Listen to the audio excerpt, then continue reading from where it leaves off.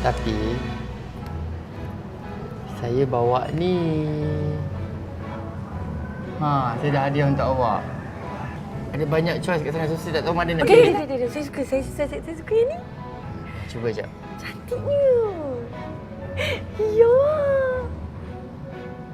Untuk saya ni. Bestnya. Terima kasih.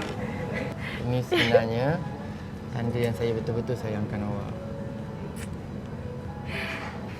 Lian, saya nak kahwin dengan awak. Tapi belum boleh lagi. Jadi ni, anggaplah ni saya cop awak dulu. Okey, saya setuju. Tapi. Lepas ni jangan lambat lagi. Kalau lambat, awak kena beli lain. Uish. Okey. Janji takkan lambat dah. Terima kasih awak. Sama-sama. Sayang awak.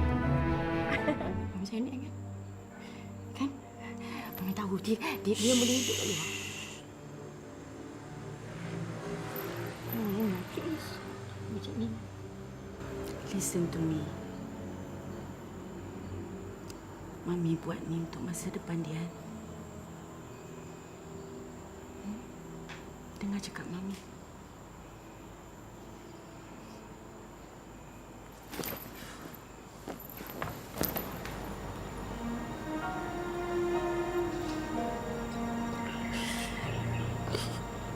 Mami,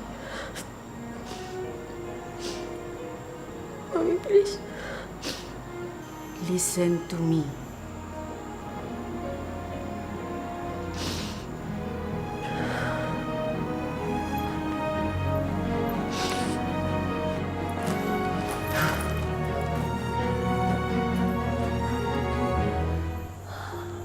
Sayang kan? Kalau buat kat sini macam Mami plan tu, mesti grand. So how? Apa kita nak cakap dekat family Faris?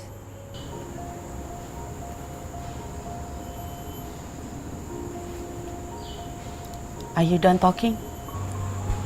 Yeah.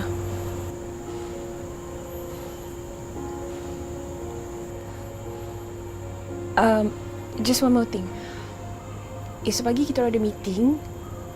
I would love for you to come. We need your advice and expertise.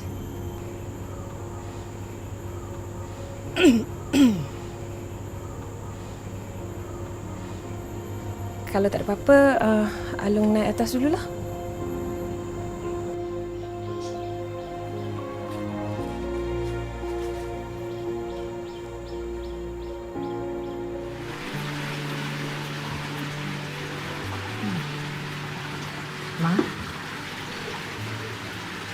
Ma ni.